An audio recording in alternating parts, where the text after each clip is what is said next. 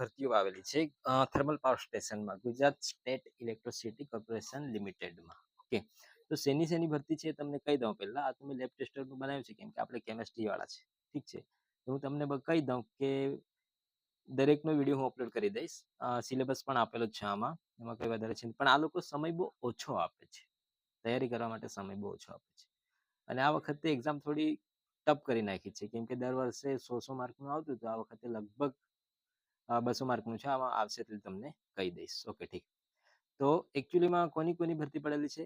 Account ઓફિસરની, lady ડોક્ટરની, assistant medical officer, વિદ્યુત સહાયક, જુનિયર એન્જિનિયર મેટલર્જી, વિદ્યુત સહાયક જુનિયર એન્જિનિયર એન્વાયરમેન્ટની, અને લેબ ટેસ્ટરની છે, વિદ્યુત સહાયક જુનિયર આસિસ્ટન્ટ, નર્સની પણ છે, રેડિયોલોજી પેથોલોજી લેબોરેટરી માટે પણ છે.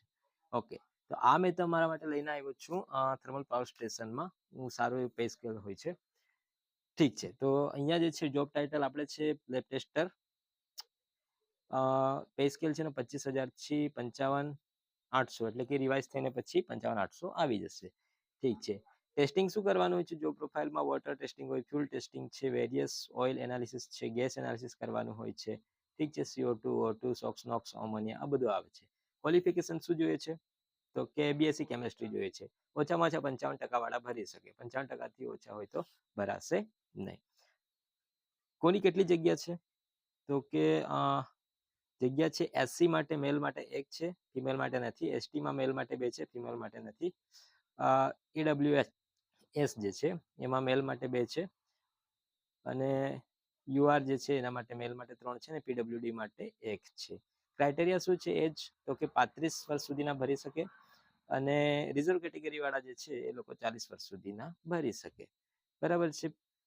થોડું રિલેક્શન આપેલું છે. PWD કેન્ડિડેટ્સ માટે 10 યરનું છે, 5 વર્ષ છે. ફિમેલ કેન્ડિડેટ માટે એક્સ આર્મ ફોર્સ પર્સનલ માટે 10 વર્ષ છે. રિટાયર માટે 40 અપ ટુ એજ 40 યર્સ છે. હવે આમાં જે છે ફીસ ભરવાની આવશે. તો કે ફીસ છે SC/BSc એટલે કે ઓપન માટે 500 છે, અને SC/ST PWD વાળા માટે 250 રૂપિયા. નોન રિફંડેબલ છે, એકવાર ભરાઈ ગયા પછી મળશે નહીં.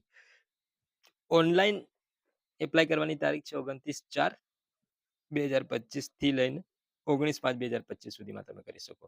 બીજી વસ્તુ કે શેના પરથી ભરાશે? www.gsecl.in પરથી ભરાશે. ઠીક છે, અહીંયા ટર્મ્સ એન્ડ કન્ડિશન આપેલી છે. એક્ઝામ તમારી ઓનલાઈન લેશે, 2 ભાગમાં થવાની છે એક્ઝામ તમારી. ઠીક છે, એ 2 ભાગમાં તમે 50-50 માર્ક લાવવાના રહેશે. તો કે પહેલા ભાગમાં તમારું રિઝનિંગ રહેશે, ક્વોન્ટિટેટિવ એપ્ટિટ્યુડ રહેશે, English, computer knowledge, Gujarati grammar.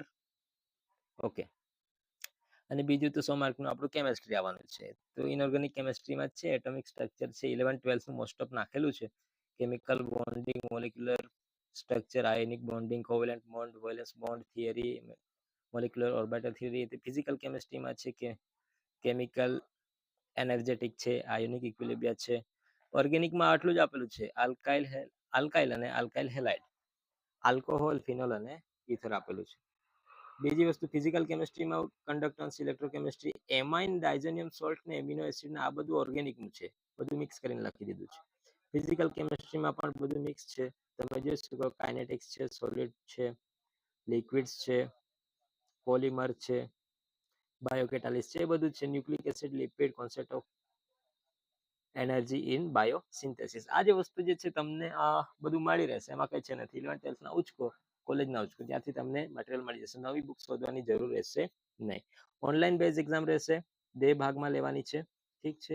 બીજી કન્ડિશન છે કે જ્યારે તમે એક્ઝામ પાસ થઈ જાઓ એ સમયે તમને આફ્ટર ઓનલાઈન એક્ઝામ માટે તમારે LC લઈને માર્કશીટ જો પાસ થઈ જાઓ તો, પાસ તો થવાના છે, બરાબર છે, પણ તમે આમાં તમે એપ્લાય કરી શકો. આ માટે ઘણી બધી છે, જે account officer, lady doctor, junior engineer, nurse, એના માટે બધાની PDF હું તમને શેર કરી દઈશ, વિડીયો બનાવી દઈશ.